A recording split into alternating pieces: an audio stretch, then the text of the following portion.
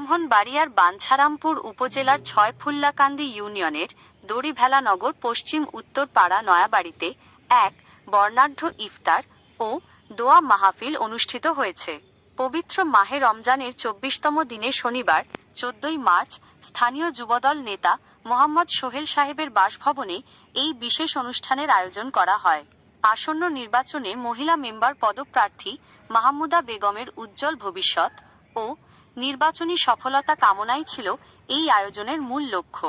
উপস্থিত অতিথিবৃন্দ, অনুষ্ঠানে স্থানীয় গণ্যমান্য ব্যক্তিবর্গ, সুশীল সমাজের প্রতিনিধি এবং বিভিন্ন রাজনৈতিক সংগঠনের নেতৃবৃন্দ স্বতঃস্ফূর্তভাবে অংশগ্রহণ করেন।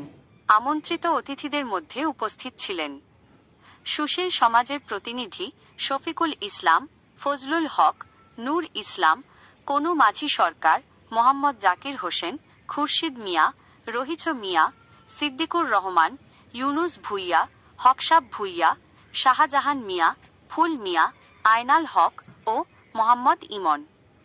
যুবসেনা প্রতিনিধি মোহাম্মদ স্বপন মিয়া, মোহাম্মদ সাদ্দাম হোসেন, মোহাম্মদ অপেল ও মোহাম্মদ জনিসহ আরও অনেকে। মাহফিলের বিশেষত্ব ও আলোচনা। ইফতারের পূর্বে আয়োজিত মিলাদ ও দোয়া মাহফিলে মাহমুদা বেগমের জয় এবং এলাকার জনসেবায় তার সম্পৃক্ততা কামনা করে বিশেষ মোনাজাত করা হয়।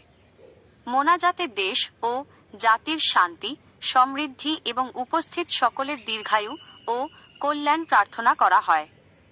অনুষ্ঠানে উপস্থিত বক্তারা তাদের বক্তব্যে বলেন, এলাকার সার্বিক উন্নয়নের জন্য একজন যোগ্য, সৎ ও সেবামূলক মানসিকতার জনপ্রতিনিধি বেছে নেওয়া এখন সময়ের দাবি।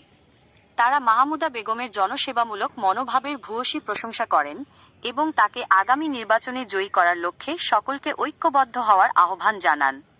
ইফতারের সময় সকল উপস্থিত ব্যক্তিবর্গ একসঙ্গে বসে ভ্রাতৃত্বের বন্ধন অটুট রাখার দৃঢ় অঙ্গীকার সাল্লাল্লাহু আলাইহি ওয়াসাল্লামের রওজা মুবারকে আজকের হাদিয়াগুলি বকশিশ করে দাও। আমিন।